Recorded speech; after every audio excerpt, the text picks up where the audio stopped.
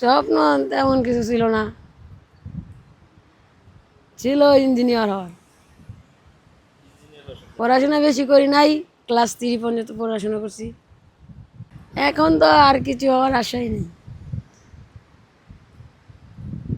আমার নাম আব্দুল আহাদ, বাড়ি কিশোরগঞ্জ। কক্সবাজারের উদ্দেশ্যে ব্যবসা করার জন্য আসছি। এখানে আমি ব্যবসা করি, আলহামদুলিল্লাহ ভালোই। এখানে আমার এক পরিচিত মামা ছিল ঢাকা, জিয়াউদ্দৌলা। তো উনি ওখানে ব্যবসা করতে গিয়েছিল, তখন থেকে ওনার লাগে পরিচয় হয়েছে।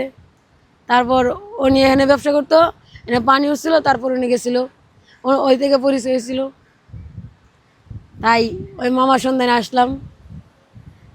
এখন তো ওই মামার এনে খাওয়া দাওয়া করি, মামার এনে সব কিছু। এখানে আম আছে, কাঁচা আম আছে, মিষ্টি পেয়ারা।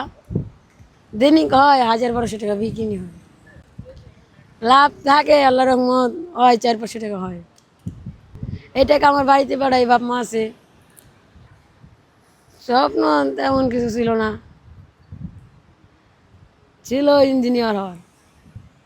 পড়াশোনা বেশি করি নাই, ক্লাস 3 পর্যন্ত পড়াশোনা করছি। চাইরা দিছি, পড়াশোনা ভালো লাগে না। এখন তো আর কিছু হওয়ার আশাই নেই।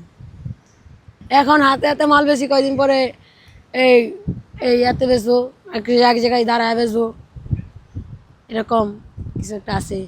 দোকানপাট দেওয়ার আশা আছে। আলহামদুলিল্লাহ, এই সমুদ্রের ঢেউ আর বাতাস ভালোই লাগে, দেখতেও ভালো লাগে, আর বিকিনি করতে একটা আরাম লাগে।